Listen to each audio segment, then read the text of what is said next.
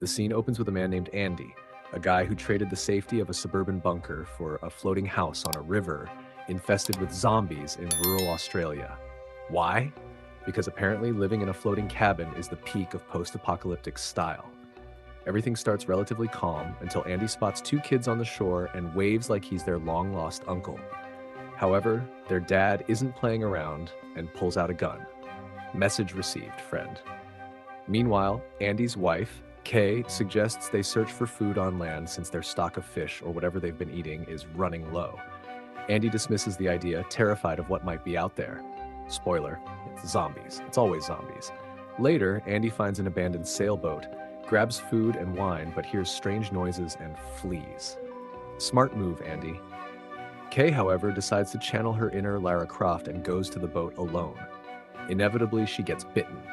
Moral of the story, curiosity didn't just kill the cat, it turned Kay into a zombie. Back at the floating house, Kay is bleeding and shows Andy the bite. Enter a handy wristband that counts how much time she has left, very practical, and a syringe to ease the transformation.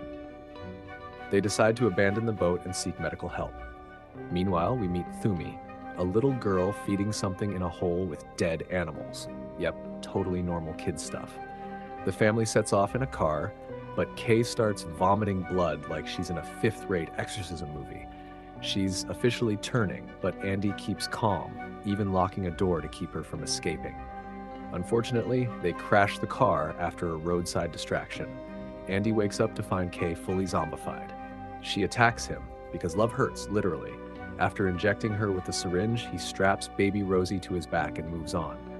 He even calms Rosie with Kay's perfume because parenting never stops, even during the apocalypse. And there's Thumi again, trying to save her zombie dad by offering herself as a snack. Andy stumbles upon her while dodging zombies and meets Etta, a retired teacher who offers some much-needed rest. She warns him to avoid the Aboriginal people, who have a strict zero-tolerance policy for zombies. But Andy is a man on a mission, so he presses on. Along the way, he meets Vic, an aspiring zombie hunter who's turned a gas station into his fortress. Vic captures both zombies and live humans as bait, which immediately rubs Andy the wrong way. You can almost hear Andy thinking, of all the people alive, why this guy? Despite some betrayals and a clever escape involving a rope of guts to distract zombies, Andy and Thumi manage to flee. The duo returns to the shelter to grab Rosie and convince Lorraine, Vic's supposed wife, to come with them. Vic catches them in the act and in the chaos accidentally kills Lorraine. Andy and Thumi barely escape and find refuge in a canyon. That night, Andy's symptoms worsen, and he's caught rubbing his face against bloody walls like he's testing a new zombie skincare commercial. Tensions rise when Andy confronts Thumi about her dad, who, surprise, is officially dead. This doesn't sit well with Thumi, who storms off.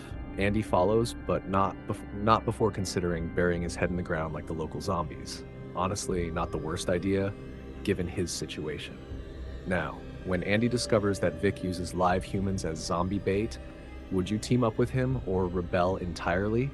Personally, I'd bail on this trap-setting business. It's a guaranteed way to attract all sorts of trouble. One thing I found fascinating was the wristband that counts the remaining time of humanity. Imagine having a timer for your human life. Creepy. Thumi is standing near a tree, desolate as if she's been rejected, when suddenly she hears Rosie crying. Without hesitation, she runs to help the baby, leaving the drama behind. Meanwhile, Andy wakes up, groggy and confused, only to find Thumi, who's decided to be a good Samaritan, offering to help get him to the river. Fast forward to the next scene. Andy, Rosie, and Thumi take a motorboat to the camp where Andy last saw a family playing. They find a trailer, but instead of warmth and snacks, they encounter an eerie emptiness. Total silence in true horror movie style. Andy and Rosie search for the missing family, while Thumi decides to stay behind.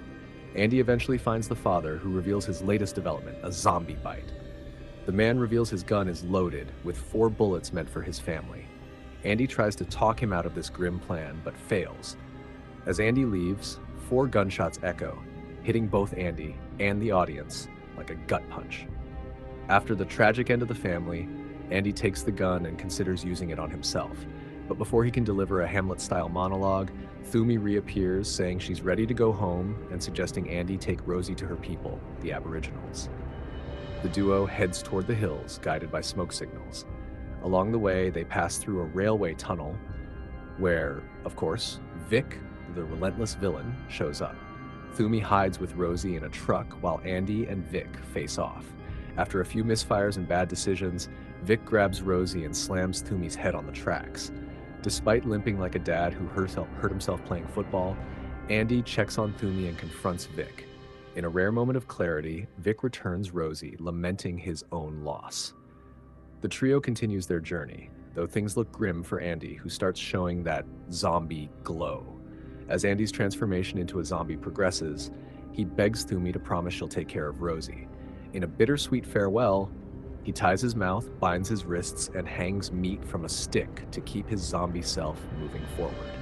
It's both clever and terrifying until Andy fully succumbs, becoming a complete zombie, but his instincts drive him to carry the children to safety.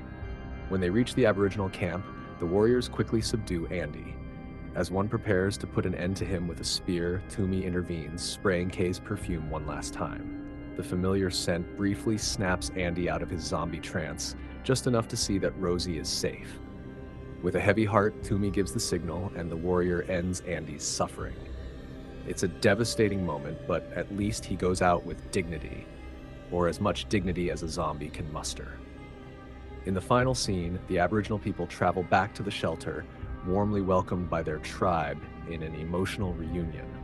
Thumi and her mother care for Rosie, who now has the word "thank you" painted on her belly in white paint. A touching gesture from Andy that's both sweet and heartbreaking. The film ends on a bittersweet note, leaving the audience feeling like they've taken an emotional beating. In this story, I wouldn't have let Vic gain the upper hand in the tunnel because, let's face it, trusting a guy like him is like giving your car keys to a raccoon. And I would definitely tie myself up like Andy did. Practical and, in a way, poetically smart. Andy's transformation into a zombie is unique in the genre. It's not just about losing humanity, it's about preserving it in a way that prioritizes others. That's a profound concept for a zombie movie. No wonder it's one of my favorite horror films. Now, here's this incredible video for you to continue the marathon. See you there.